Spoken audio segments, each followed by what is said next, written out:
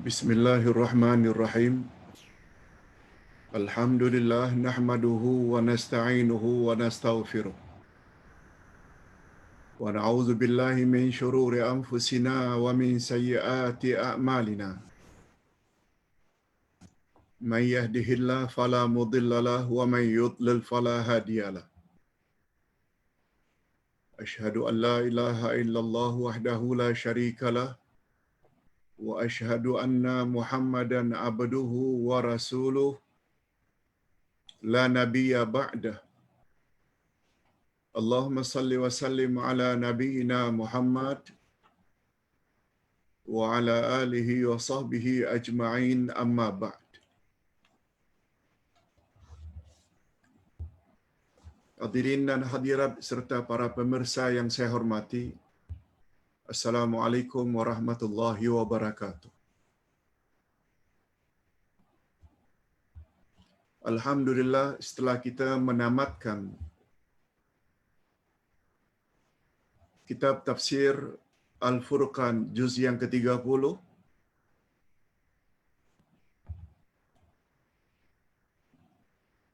dari surah Amma Yatasa'alun atau surah An-Naba hingga surah yang terakhir, surah An-Nas. Maka Sabtu pada hari ini kita mula berubah kepada buku lain. Ustaz sengaja pilih buku ini, Himpunan Salat Sunat Rasulullah sallallahu alaihi wasallam.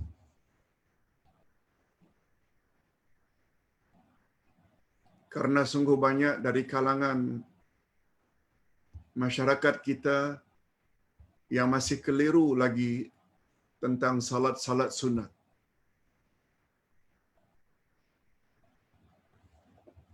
Dan tidak banyak buku-buku salat sunat yang dibahas dengan terperinci, lengkap dengan dalilnya, hujahnya dan kaifiatnya, sesuai dengan panduan Rasulullah sallallahu alaihi wasallam. Maka Ustaz coba menyusun satu kitab yang diberi nama dengan Himpunan Salat Sunat Nabi sallallahu alaihi wasallam, setebal 370 muka surat. 370 muka surat. Tidak kurang daripada 20 salat sunat. 18 hingga 20 salat sunat Ustaz sebut di dalam buku ini dengan dalil-dalil dan hujah-hujahnya masing-masing.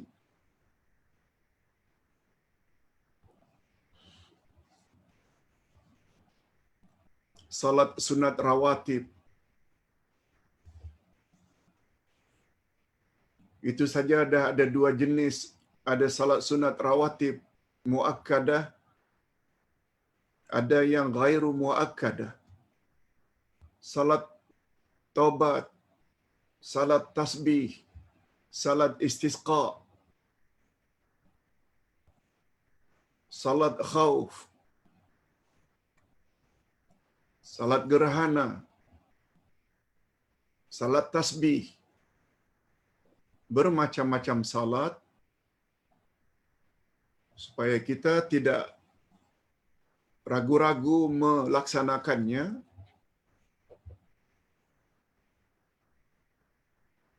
Ustaz buat satu buku salat-salat sunat lengkap dengan dalilnya sekali. Sebab kita ada sebut dalam sehari dua yang lalu, yakin itu sangat mustahak. Sehingga Nabi Muhammad sallallahu alaihi wasallam bersabda, wahai sekalian manusia, tidak ada nikmat yang paling besar yang Allah bagi di dunia ini melainkan al-mu'afat wal yaqin. Mu'afat maknanya kesejahteraan, keselamatan, dan yang kedua yakin. Dan keyakinan tidak mungkin tercapai andai kata tidak berdasarkan dalil atau bukti yang datang dari Quran dan Sunnah Nabi sallallahu alaihi wasallam. Okey. Ustaz tidak mula buku ini dari awal.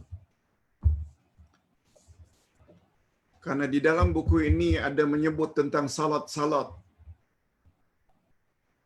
yang ada kaitannya dengan Ramadan, yaitu tarawih.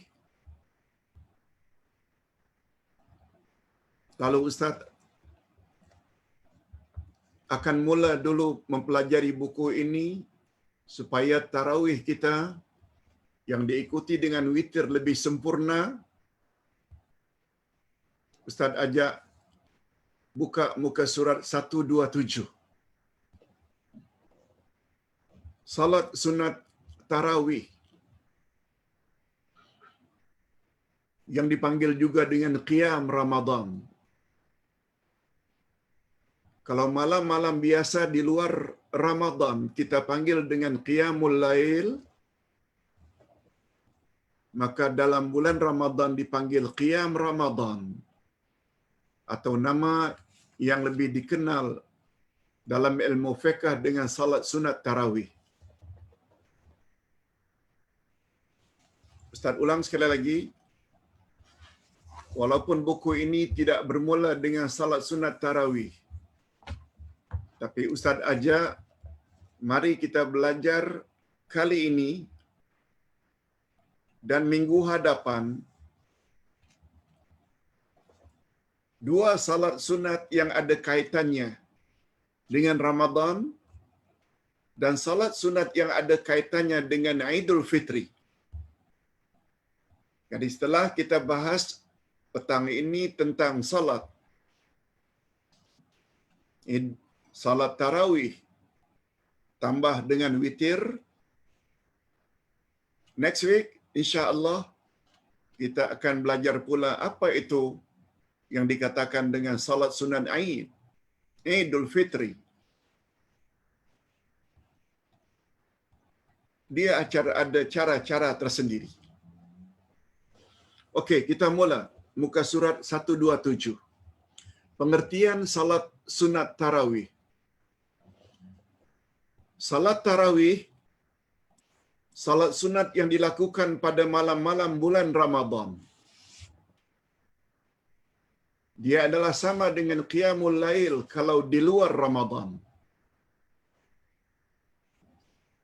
Salat tarawih inilah yang dipanggil dengan qiyam Ramadan. Sebabnya sesetengah ustaz mereka pasang niat salat sunat qiyam Ramadan. Ada pula yang menggunakan istilah salat sunat tarawih. Dua-dua boleh. Tidak ada masalah. Sebab istilah tarawih ini dia bermula daripada zaman Umar ibn Khattab radhiyallahu anhu. Nabi tidak pernah menggunakan istilah tarawih. Dinamakan salat sunat tarawih karena umat Islam berehat setiap kali selesai 2 kali salam. 2 salam setelah 4 rakaat, sepatutnya mereka rehat. Pengertian ini berdasarkan hadis daripada Aisyah radhiyallahu anha. Kita bacakan saja terjemahannya. Aisyah radhiyallahu anha ketika ditanya bagaimanakah kaifiat salat Rasulullah dalam bulan Ramadan,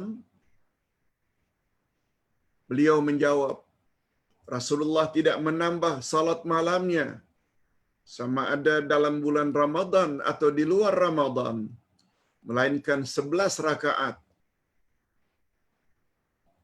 Baginda salat 4 rakaat Dan jangan ditanya betapa bagusnya dan panjangnya salat baginda. Kemudian baginda salat lagi 4 rakaat. Dan jangan ditanya betapa bagus dan panjangnya. Kemudian baginda salat 3 rakaat. 3 rakaat terakhir itu maksudnya witir.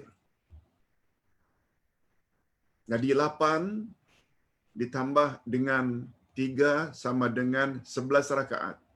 Muttafaqun alaih. Sedikit penjelasan. Pengajaran yang dapat diambil dari hadis ini ialah terdapat senggang antara 4 rakaat pertama dengan 4 rakaat kedua.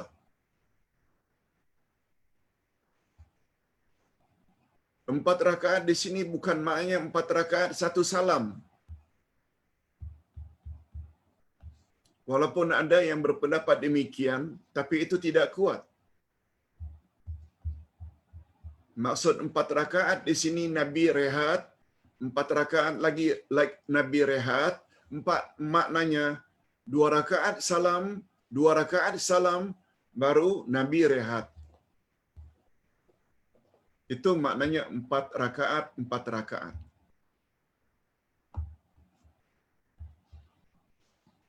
Bukan 4 rakaat 1 salam, sebagaimana yang diamalkan oleh setengah umat Islam. Kalau ditanya mengapa? Karena Rasulullah sallallahu alaihi wasallam bersabda pada hadis lain. Apa kata baginda? Salatul lail masna masna. Salat malam itu 2 rakaat 2 rakaat. Hadis sahih.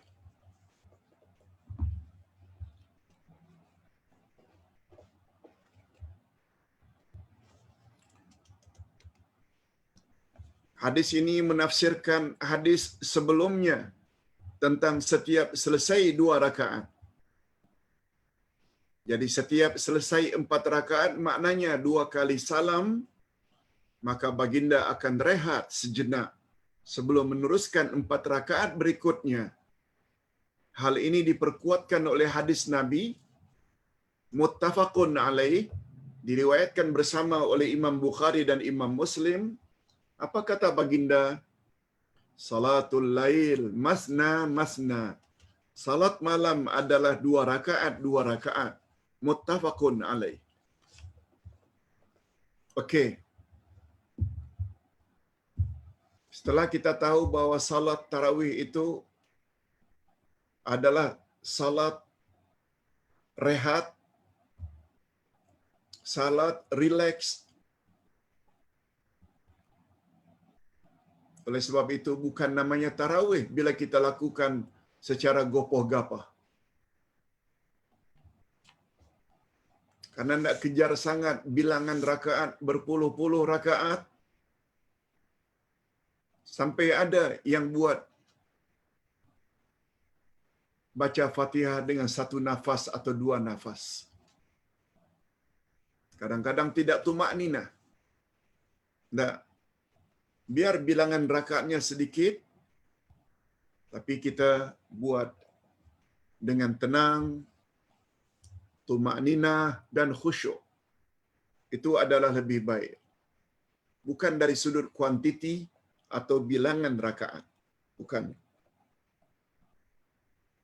Sekarang kita berpindah hukum salat tarawih. Hukum salat tarawih adalah sunat muakkad. Sunat muakkad maknanya sunat yang sangat digalakkan oleh Nabi sallallahu alaihi wasallam.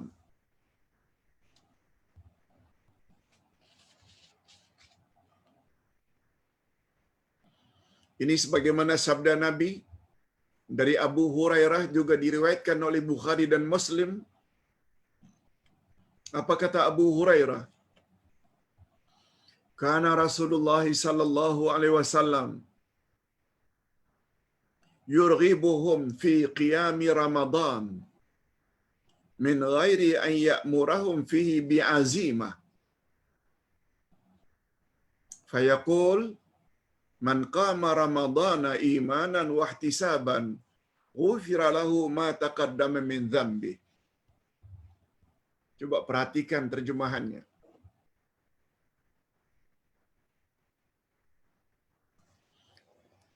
Rasulullah sallallahu alaihi wasallam menggalakkan para sahabat untuk qiyam Ramadan tanpa menyuruh mereka secara azimah.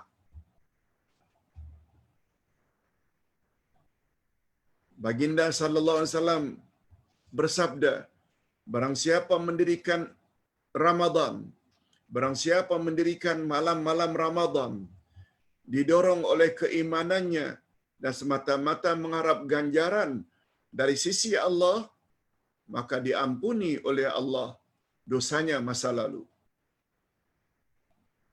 Nabi menggunakan istilah man qama Ramadan. Siapa yang qiyam Ramadan. Ini namanya Nabi tidaklah menyuruh melakukan qiyam Ramadan atau tarawih itu dengan suruhan yang keras. Tapi digalakkan, besar ganjarannya. Imam An-Nawawi berkata, para ulama bersepakat tentang kesunahan salat tarawih. Kesunahan maknanya hukumnya sunat.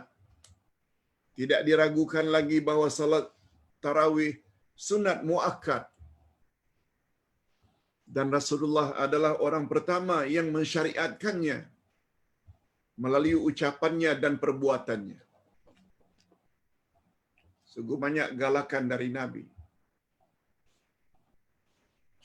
Nah, kita berpindah pula fadilat atau kelebihan salat sunat tarawih. Hadis riwayat Imam Bukhari dan Imam Muslim atau muttafaqun alaih. Hadirin dan hadirat serta para pemirsa yang saya hormati. Sebagaimana yang kita jelaskan semalam, kalau kita ingin mendapat guru dalam menimba ilmu agama, kita mesti pilih guru-guru yang punya ciri-ciri Rabbani. Apa makna Rabbani? Yang membimbing kita untuk mencapai keredaan Allah.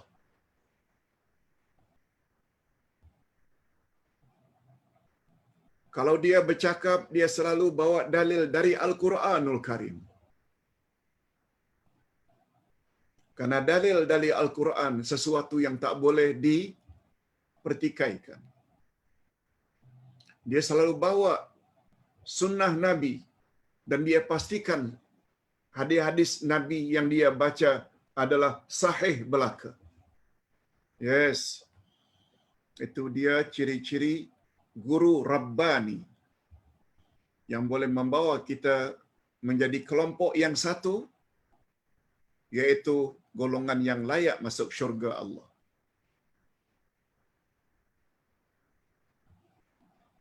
Kita dah bahas dengan panjang lebar dalam bahagian akhir kitab menjawab atau jawapan tepat terhadap soalan kubur semalam. Sebabnya bila Ustaz sebut apa saja poin hukum salat tarawih, ini dalilnya. Muttafaqun alaih, sahih. Fadilat salat tarawih, ini dalilnya. Sehingga kita, para audiens, tidak hanya dengar cakap Ustaz, tapi lebih-lebih lagi sebenarnya kita ikut dalil yang Ustaz sampaikan. Kita ada buku, kita boleh rujuk. Kalau kita ragu-ragu, boleh tanya kepada pakar-pakar hadis, betul ke hadis yang dibaca oleh Uday? Silakan. Begitu kalau kita ingin mendapat suatu keyakinan. Okey. Adapun fadilat salat sunat tarawih disebut oleh Nabi dalam hadis sahih, man qama ramadhana imanan wahtisaban ghufira lahu ma taqaddama min dhanbi. Siapa yang qiyam Ramadan, yang dalam bahasa kita lebih dikenal atau lebih familiar, siapa yang melakukan salat tarawih tapi dengan syarat imanan wahtisaban, dia lakukan salat tarawih itu atau qiyam Ramadan didorong oleh dua sebab. Yang pertama, didorong oleh imannya. Apa yang dia imani? Karena Rasulullah sallallahu alaihi wasallam menggalakkan melakukannya. Kita yakin, kita percaya. Yakin dan percaya itulah namanya iman. Bukan agak-agak. Yang kedua, pendorongnya ihtisaban, semata-mata mengharap ganjaran dari sisi Allah di akhirat nanti. Bila dua perkara ini yang menjadi pendorong dia untuk salat tarawih, Allah hapuskan segala dosanya masa lalu. Allahu Akbar. Itu fadilat atau kelebihan qiyam Ramadan atau salat tarawih.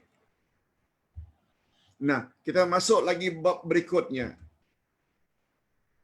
Disyariatkan salat tarawih berjamaah.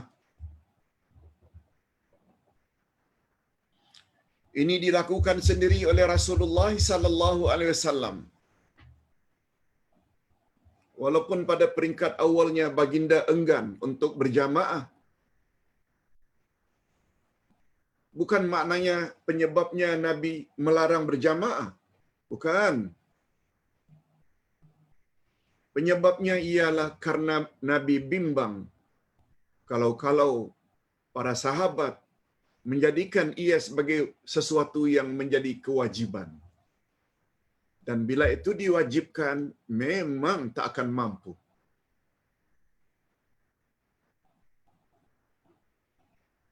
Sebagaimana kita sama-sama maklum, mula-mula Rasulullah sallallahu alaihi wasallam salat qiyam Ramadan di masjid. Lalu sahabat pun ikut di belakang sebagai makmum.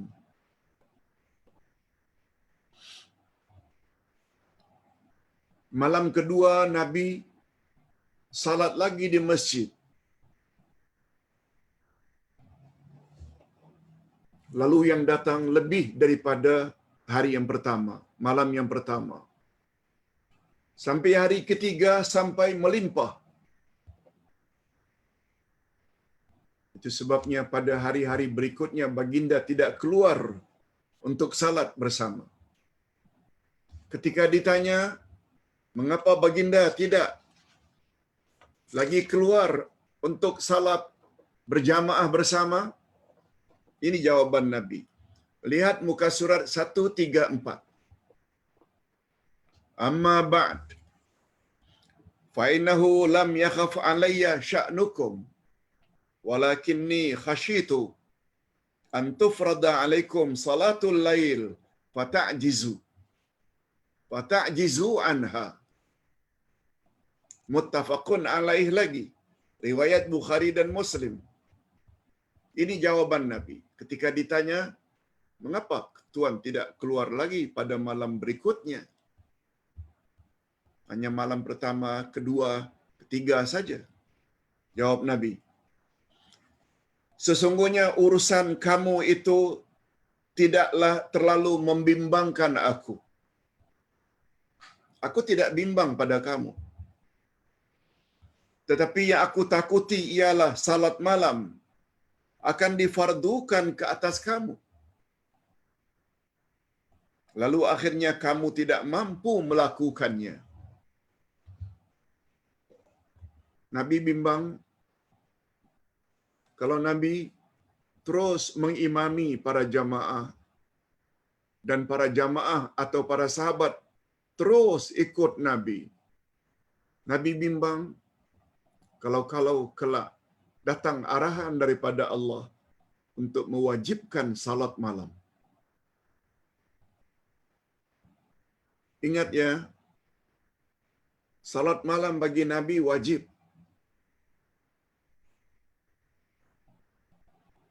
berbeza dengan umatnya. Salat malam bagi umatnya hanya sunat. Tapi bagi Nabi wajib.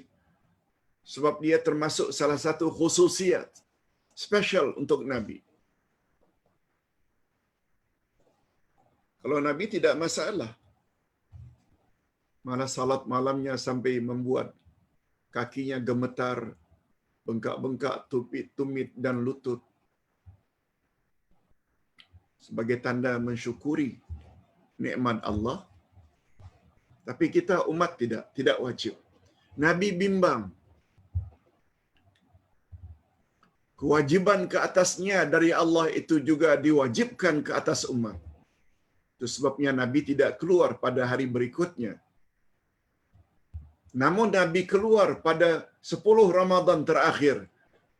Pada hari-hari atau malam-malam tertentu.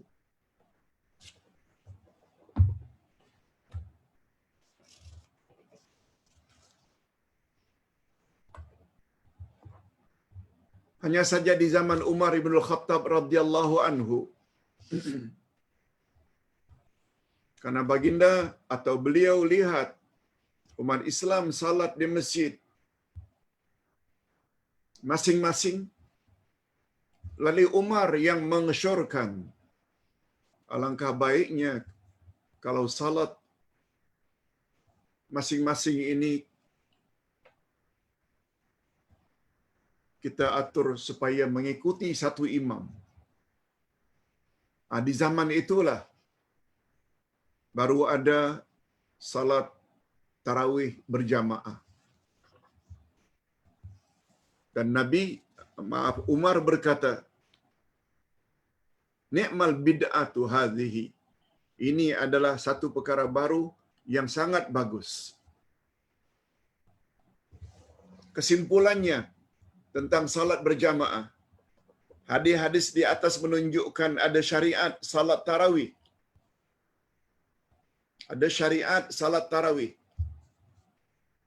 yang di zaman Nabi dipanggil dengan Qiyamul Lail, Qiyam Ramadan. Dan dilakukan secara berjamaah di masjid. Barang siapa yang qiyam bersama imam hingga selesai akan diberi ganjaran seolah-olah qiyam semalaman penuh. Itu hadis Nabi sallallahu alaihi wasallam. Apa kata Nabi? Man qama Ramadana ma'al imam hatta yansarifal imam. Barang siapa yang qiyam Ramadan bersama imam hingga selesai, maka dia mendapat ganjaran qiyamul lail atau qiyam Ramadan. Tapi dengan syarat ikut imam sampai selesai. Ia memberi isyarat salat tarawih digalakkan supaya berjamaah.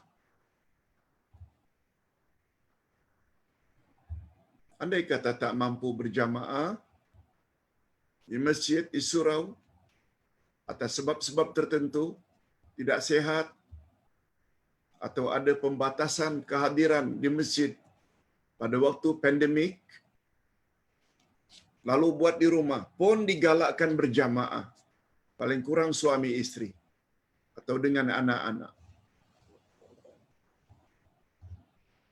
Yang kedua kesimpulannya, adapun ucapan Umar ibn Khattab, ni'mal bid'atu hadhihi. Inilah bid'ah yang baik, adalah dengan makna bid'ah menurut bahasa. Bukan bid'ah yang dilarang itu. Bid'ah di sini dengan makna menurut bahasa, sesuatu yang baru, yang tidak ada contoh sebelumnya di zaman Rasul.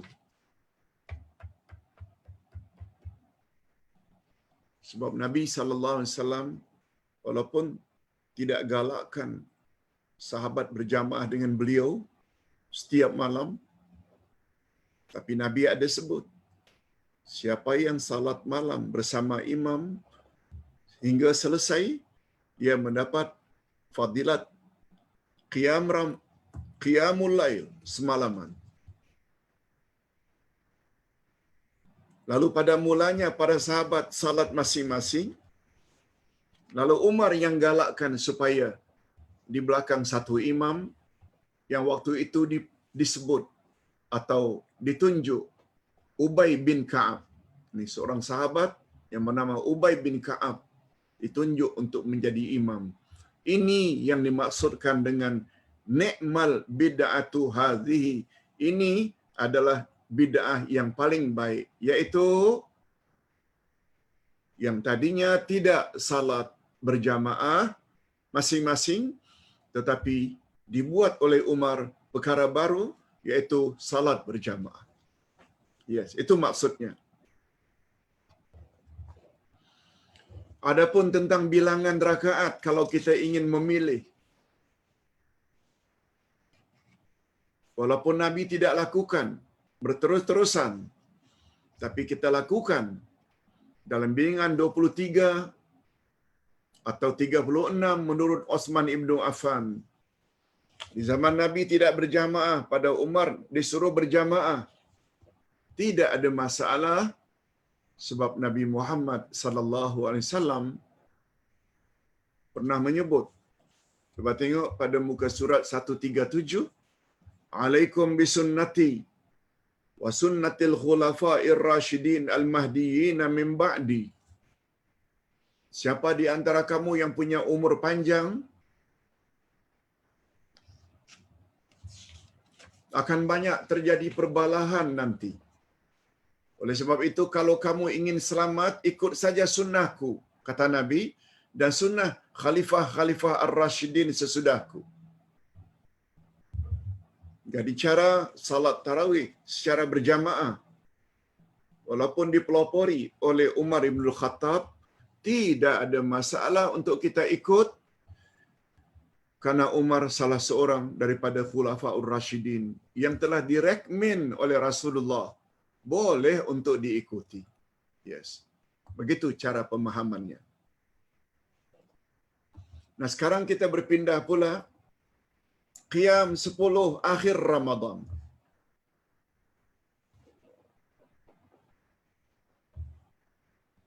Kita hari ini sudah berada pada hari yang ke-18 barangkali. Atau 19. 2-3 hari lagi kita akan masuk bahagian Ramadan yang paling istimewa. 10 Ramadan terakhir. Bila ditanya apa keistimewaannya, Pak Ustaz? Karena Lailatul Qadar hanya diturunkan oleh Allah pada 10 Ramadan yang terakhir. Sebagaimana yang Ustaz sebut dalam jawaban tentang tanda-tanda Lailatul Qadar semalam.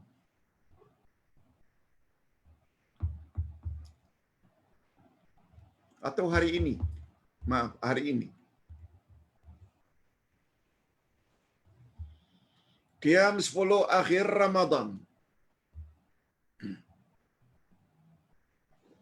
Walaupun kita digalakkan melakukan salat malam pada malam-malam Ramadan secara berjamaah, namun pada 10 malam terakhir Ramadan, lagilah dituntut. Lagilah dituntut. Hal ini dapat disimpulkan melalui beberapa hadis berikut. Coba dengar baik-baik hadis ini, juga muttafaqun alaih. Man sama Ramadana imanan wa ihtisaban ghufira lahu ma taqaddama min dhanbi wa man qama lailatal qadri imanan wa ihtisaban ghufira lahu ma taqaddama min dhanbi.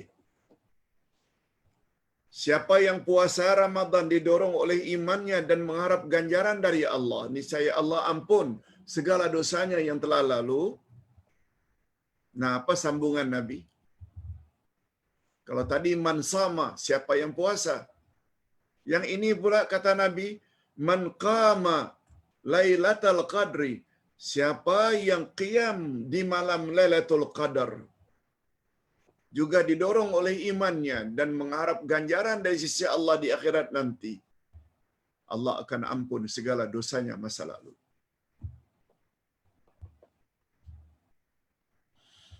Ini bila ditanya apa fadilatnya kita bersungguh-sungguh pada 10 Ramadan yang terakhir.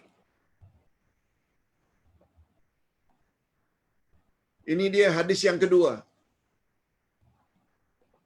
Kana Nabi sallallahu alaihi wasallam idza dakhala al-ashr al-awakhir idza dakhala al-ashr ahya al-lail wa ayqaza ahlahu wa jadda wa shadda al-mi'zar. Kata Aisyah, isteri yang paling dekat dengan Rasulullah, adalah Rasulullah apabila memasuki 10 Ramadan yang terakhir, beliau akan hidupkan malam-malamnya, beliau akan bangkitkan ahli keluarganya, wajadda, Nabi bersungguh-sungguh melebihi daripada 20 malam Ramadan pertama, wa syaddal mi'zar. Ada yang mengartikan syaddal mi'zar, melecurut kainnya, sebagai kiasan Nabi sudah lagi tidak bergaul suami isteri, tidak melakukan hubungan kelamin, sebab baginda fokus hanya untuk ibadat pada Allah. Itu maksudnya.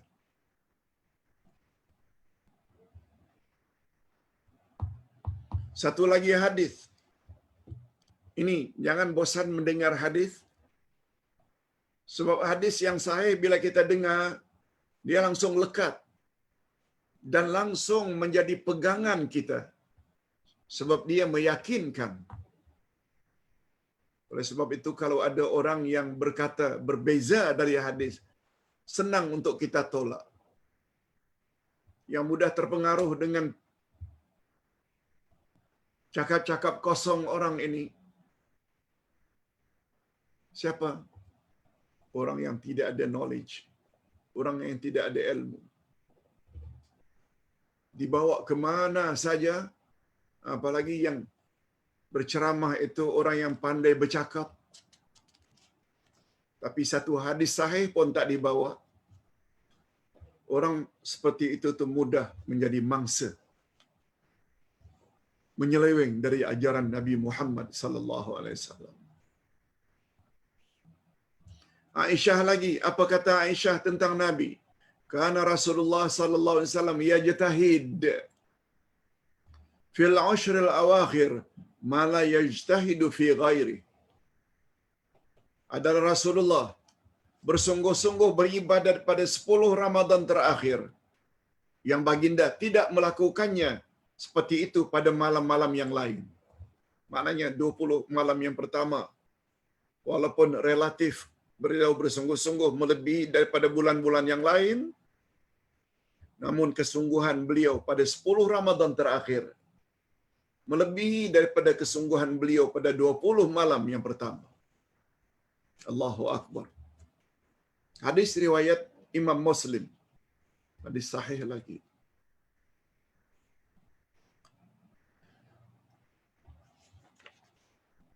Cuma timbul pertanyaan, Pak Ustaz, macam mana kami nak memperkuat ibadat kami 10 Ramadan terakhir, 2-3 hari lagi untuk mendapat fadilat ini? Sedangkan masjid tidak boleh diramaikan terlalu ramai, apalagi kami wanita.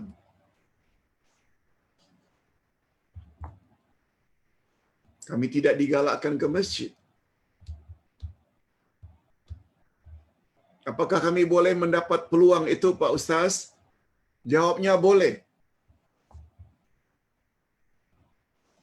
Sebab Nabi tak pernah sebut qiyam Ramadan itu mesti dalam masjid. Qiyam Ramadan itu mesti dalam musalla atau surau. Tidak. Nabi sebut secara bebas.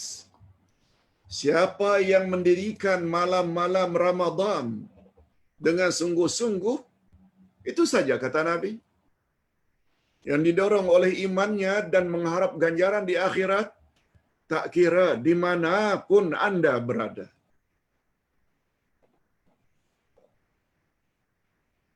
Anda sedang berada di hotel karena musafir, Anda sedang berada di rumah, Anda sedang berada di villa mewah Anda, di chalet, Anda sedang berada di rumah Stinggan, tak kira di mana pun awak berada, hidupkan malamnya. Lebih-lebih lagi kita dalam keadaan pandemik yang hari demi hari akhir-akhir ini semakin bertambah saja, tak usah bimbang. Untuk mendapat fadilat tersebut tak semestinya dilakukan di masjid atau di surau.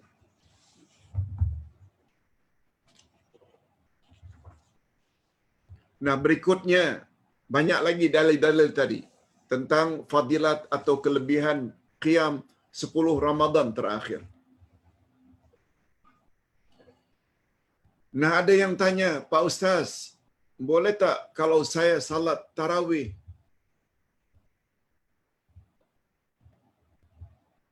sebelum sahur karena habis isyak saya terlalu ngantuk. Saya buat jam 12 malam, saya buat jam 3 pagi. Jawabnya, tidak ada masalah. Sebab waktu salat tarawih dan witir adalah setelah selesai isyak.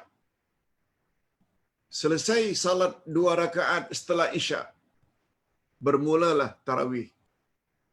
Yang namanya qiyamul lail ka, yang namanya witir ka, bermulanya setelah selesai salat isyak. Dan ba'diyahnya sampai nanti masuk waktu subuh. Lebih-lebih lagi bagi mereka yang ngantuk, tak jadi masalah. Begitu juga Ustaz jawab pertanyaan pagi tadi, kalau tak salah. Pak Ustaz, saya salat di rumah. Baru 2 rakaat, anak saya umur 1 tahun menangis.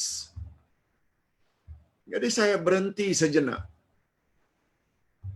Saya susukan dia. Sampai dia tenang, sampai dia tidur, saya sambung lagi rakaat-rakaat tarawih berikutnya. Boleh tak Pak Ustaz? Ustaz jawab, boleh. Tak semestinya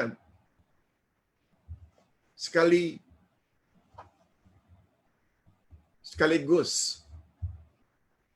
Apalagi Nabi Muhammad sallallahu alaihi wasallam sangat menginginkan agar kita salat, khasnya salat tarawih, dalam keadaan rehat, relax,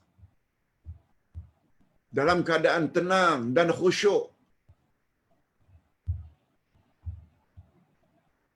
Nabi sallallahu alaihi wasallam pernah menyuruh Aisyah yang ketika akan melakukan salat malam padahal beliau dalam keadaan ngantuk, kata Nabi, tidur dulu Aisyah.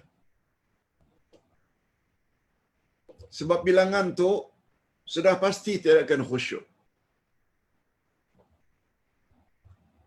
Besar kemungkinan akan ragu-ragu berapa rakaat sudah kita lakukan salat.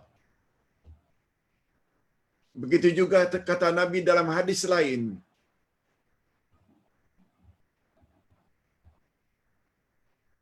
siapa yang sudah melihat hidangan terhidang Lalu masuk waktu salat atau iqamah. Padahal hidangan sudah tersedia. Dah buka pula tudung saji. Kata Nabi, makan dulu. Makan dulu.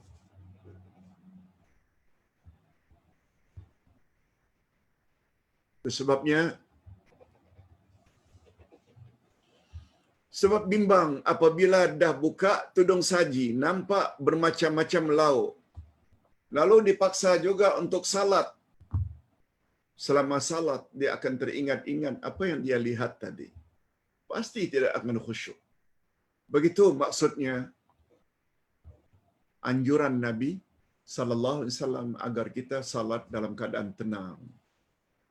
Sebabnya kata Ustaz, sikap puan berhenti 2 rakaat, susukan anak sampai dia lena tidur, kemudian sambung lagi dengan salat tarawih berikutnya. Ini adalah sikap yang terpuji. Sikap yang lebih betul. Berbanding dia terus saja tarawih, walaupun anaknya sedang memekik, melolong, menangis. Dan dia pasti tidak akan tenang. Tidak akan khusyuk. Yes. Ini yang kata Sayyidina Ali. La ibadata bila tafaqquhin. Apa maknanya? Tidak sempurna ibadat tanpa kefahaman. Tidak sempurna ibadat tanpa kefahaman. Kononnya bila salat sunat itu mesti berterus-terusan sampai selesai? No. Kita boleh ambil masa. Nanti sambung lagi, nanti sambung lagi. Sebabnya kita hendaklah beramal dengan ilmu. Sebabnya ada kaedah al-ilmu muqaddamun 'alal qawli wal 'amal. Ilmu hendaklah didahulukan daripada bercakap dan beramal. Andai kata orang yang ingin bercakap atau mengajar sedangkan dia tidak ada ilmu, ada tak kemungkinan dia akan sesat dan menyesatkan orang ramai? Yes. Begitu juga sebelum kita beramal, kita hendaklah ada ilmu. Apalagi kita tahu syarat beramal ada 2. Pertama, mesti ikhlas lillahi ta'ala. Yang kedua, beribadat mesti ikut cara ibadatnya Rasulullah sallallahu alaihi wasallam. Bukan ikut-ikutan. Mesti dengan ilmu.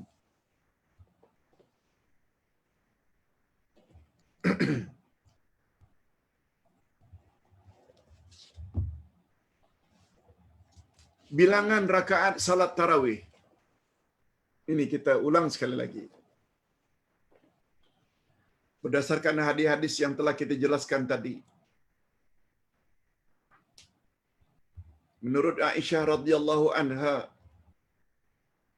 Nabi tidak pernah melakukan salat malam melebihi 11 rakaat, sama ada di dalam Ramadan atau di luar Ramadan. Hadis lain pula, statement dari Aisyah, Rasulullah terkadang-kadang melakukan salat malam itu 13 rakaat. Dua-duanya sahih. Sebabnya ingin buat 11 rakaat, 8 dan 3. 13 rakaat juga boleh, 10 dan 3 jadi 13. Itu dilakukan oleh Rasulullah sallallahu alaihi wasallam. Umar bin Khattab radhiyallahu anhu yang telah menambah bilangan menjadi 20. Tambah 3 witir jadi 23. Utsman bin Affan menambah lebih daripada itu 36. Tambah 3 witir jadi 39. Bila ditanya, Pak Ustaz, boleh tak kita ikut Umar dan Utsman? Jawabnya boleh. Jangankan 20 dan 3, 36 dan 3 sehingga 39 juga boleh. Sebab kedua-dua beliau Umar dan Osman adalah khulafaur rasyidin yang Nabi pernah sebut dalam hadisnya, yaitu wasiat sebelum baginda wafat. Siapa di antara kamu punya umur panjang, akan lihat banyak terjadi perbalahan di akhir zaman nanti. Oleh sebab itu, kalau kamu ingin selamat, ikut saja sunnahku dan sunnah khalifah-khalifah ar-rasyidin sesudahku. Nabi mention. Walaupun Nabi tidak sebut Umar dan Osman, tapi kita pernah jelaskan khulafaur rasyidin 4 orang itu berdasarkan ijma' ulama. Sebab ketika diangkat Abu Bakar, Umar, Osman, Ali, tak ada yang membangkang. Itu maknanya ijma' salafus salih.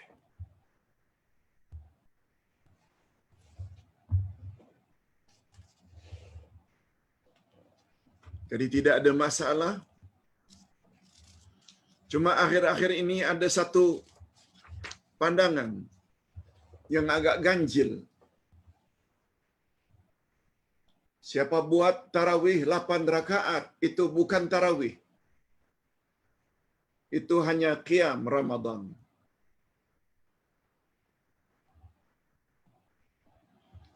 Hadirin dan hadirat, jangan mudah terpedaya dengan suara-suara seperti itu.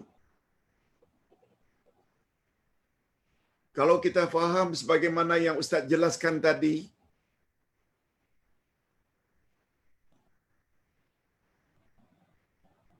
Umar ibn Khattab jadikan 8 menjadi 20 karena bilangan 20 ini relatif lebih pendek dibanding bacaan Rasul yang 8 rakaat.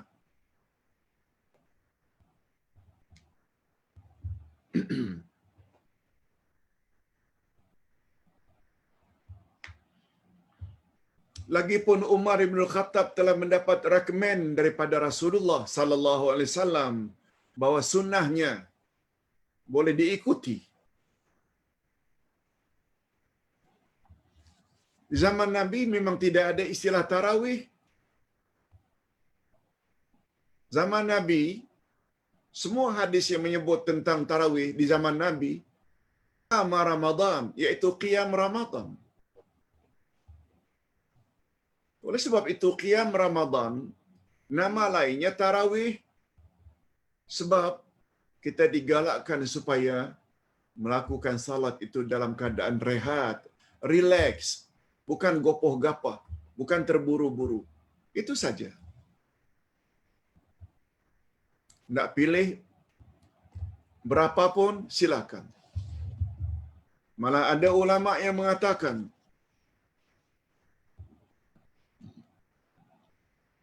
salat tarawih boleh dilakukan berapa rakaat pun yang kita termampu, sesuai dengan kemampuan.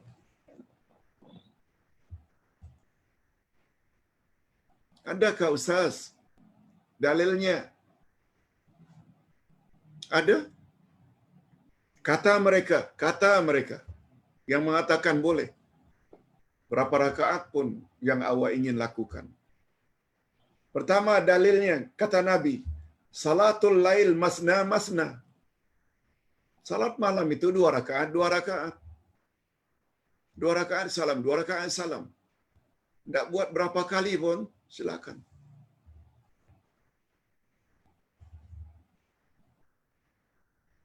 Itu sebabnya kita apabila sudah tarawih 8 rakaat atau 20 rakaat, ditutup dengan witir bersama imam. Bangun sahur, kita boleh salat lagi. Cuma salat itu namanya qiyamul lail. Qiyamul lail. Hanya saja ada satu panduan. Kalau sudah habis isyak buat tarawih dan witir, lalu kita tambah lagi 2 rakaat nanti. Sebelum masuk waktu subuh, kita jangan ulang lagi salat witir. Itu saja. Sebab Nabi bersabda, la witrana fi lailah, tidak ada 2 witir dalam satu malam. Tapi setelah witir, kita tambah 2, tak mengapa. Asalkan jangan buat witir lagi. Oleh sebab itu, istilah yang berlaku dalam masyarakat, kononnya salat witir itu ada salat penutup, kurang tepat. Sebab Nabi Muhammad sallallahu alaihi wasallam masih melakukan lagi apabila beliau bangkit pada waktu malam setelah beliau rehat dan tidur. Paling kurang habis sahur tinggal 15 minit lagi akan azan subuh. Kita baru beruduk. Habis sahur beruduk.